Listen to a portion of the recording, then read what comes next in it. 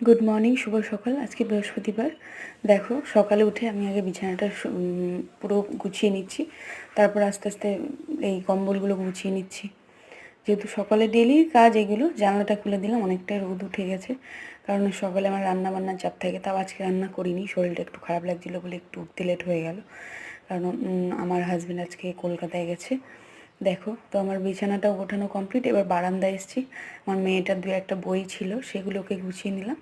তারপর নিচে একটা চাটাইও বেছানো ছিল, ওটাকে আমি ঠিক করে গুছিয়ে নিচ্ছি। আস্তে আস্তে সকালে আসলে কি এই করতে করতেই দিনটা কেটে যায়। এরপর জামা কাপড় কাচতে হবে, এই আস্তে আস্তে সারা দিনটাই কেটে যাবে দেখতে দেখতে। তারপর দেখো, আস্তে আস্তে ঝাড়টাও দিয়ে নিলাম এই ঘরটা। কি ভাবছি, কোনো দিন তো শেয়ার করি না তোমার সঙ্গে, তাই আজকে একটু শেয়ার করছি ভিডিওটা। তা কেমন লাগে একটু কমেন্ট করো, শেয়ার করো, ঠিক আছে? এই জামা প্যান্টগুলো কালকে আমার ধোয়া ছিল, অনেকগুলো জামা প্যান্ট গুছিয়ে রেখেছিলাম, তা ভাঁজ করে আর আলমারিতে ভেতরটা রাখা হয়নি। তা ভাঁজ টাজ করে বিছানার উপরেই ছিল, সেগুলো এখন সব ঠিকঠাক করে রাখছি। মেয়েরটা মেয়ের জায়গায়, মেয়ের বাবারটা ওর জায়গায়, আমার জামা প্যান্টগুলো আমার জায়গায়। তারপর দেখছি আবার বেল বাজালো, দুধবেলা চলে এসছে। তারপর মেয়ের বার্থডে হলো দুদিন আগেই, 10 তারিখে ফেব্রুয়ারির। তা সেই জামা প্যান্টগুলো একটু রোদে দিয়েছিলাম দুদিন, কারণ এইসব জামা তো সবসময় ধোয়া যায় না। আগের বছরের একটা, এটা হলো এবছরকার যেটা ভাঁজ করছি ওটা, তারপর লাস্টে যেটা ভাঁজ করব ওটা আগের বছরে। তাই এগুলো একটু, এটা স্কুলে পড়ে গেছিলো সকালে, ওদের ফ্রেন্ডদেরকে গিফট দিতে হয়েছিল স্কুলে, মিসদের। তা সেইগুলোই পড়ে গেছিলো এটা।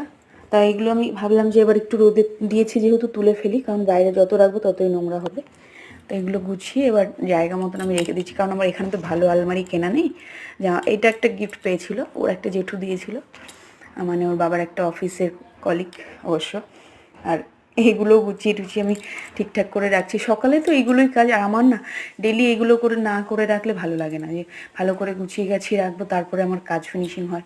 নাহলে মনে হয় যে কাজই হয়নি, এরকম মনে হয়। আবার আয়নাটা আমার মেয়ে আবার কী করেছে, আয়নার যেই কাজটা ওটাকে বদমাইশি করে সরিয়ে দিয়েছে। ওখানে ক্রিমগুলো তো ডেলি আমাকে এখান থেকে ওখানে, ওখান থেকে সেখানে করতে হয়, তার কারণ সব নেয়, ব্যবহার করে, তারপর উল্টোপাল্টা করে রাখে।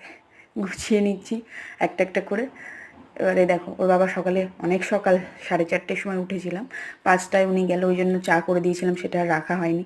তারপরে মেয়েটাকে স্কুলে পাঠালাম 6টার সময়। এই করতে করতেই দিন শেষ। এবার বিছানাটা একটু ভালো করে গুছিয়ে নিই, তারপর দেখাচ্ছি। চলো, ঘরটাও ঝাড় দিয়ে নেবো।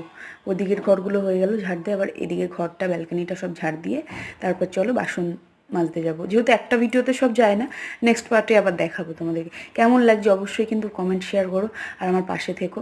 প্লিজ সাবস্ক্রাইব করে দিও চ্যানেলটাকে যদি সাবস্ক্রাইব না করা থাকে। Thank you.